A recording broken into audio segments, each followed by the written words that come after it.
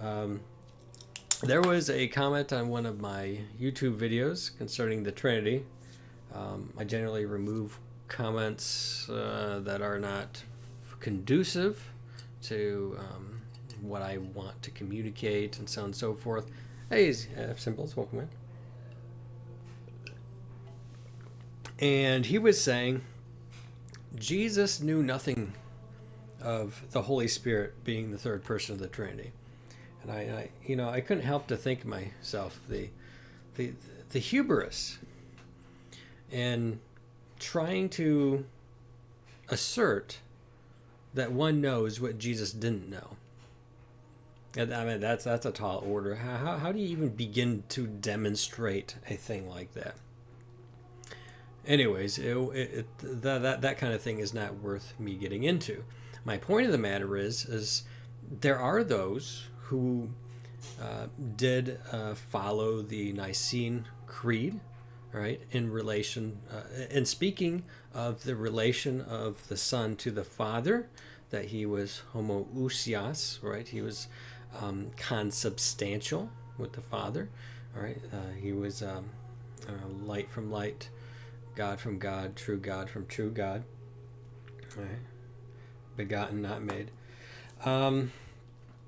But there was a heresy around the time of the Second Ecumenical Council. Right? So the Second Ecumenical Council of Constantinople amended the Nicene Creed, and this is why it's referred to as the Nicene Constantinopolitan Creed.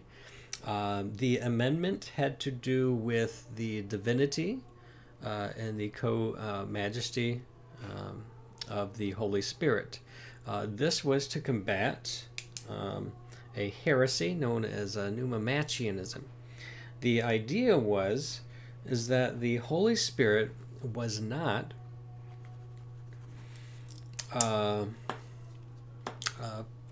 one of the internal relations within God. Rather, he was an impersonal force. Now, some may have heard that kind of language before. Anybody who has studied the Jehovah's Witnesses, for instance, they maintain the heresy of Pneumomachianism. They do not accept the creed, either at Nicaea or Constantinople.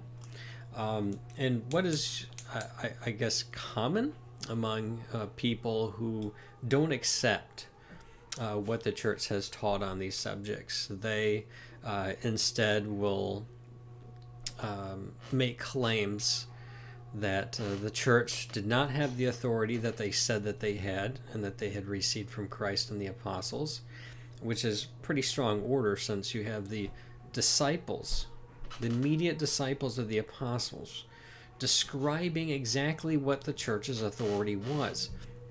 But I digress.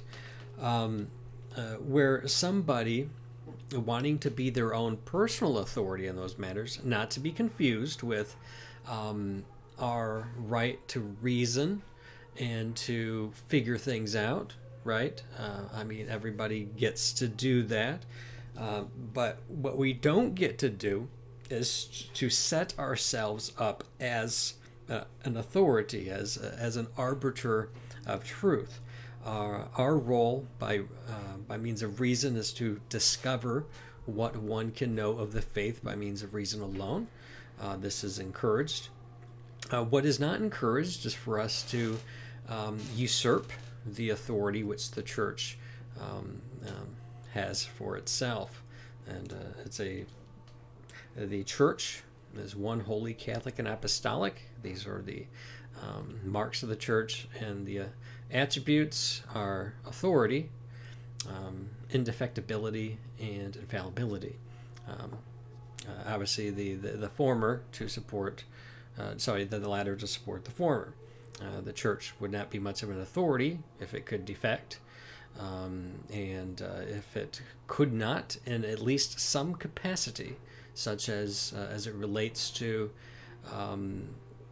faith and morals, be able to infallibly teach, to have that teaching authority.